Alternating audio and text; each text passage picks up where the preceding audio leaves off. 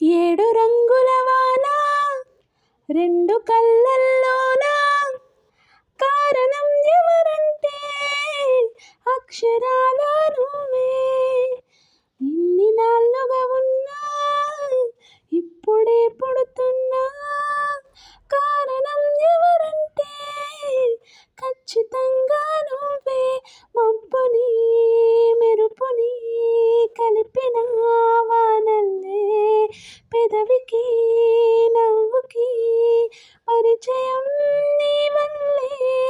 చిగురుపై చినుకులే ఎగిరితే ఎంత అందం, మనసుకో జ్ఞాపకం దొరికితే ఆనందం.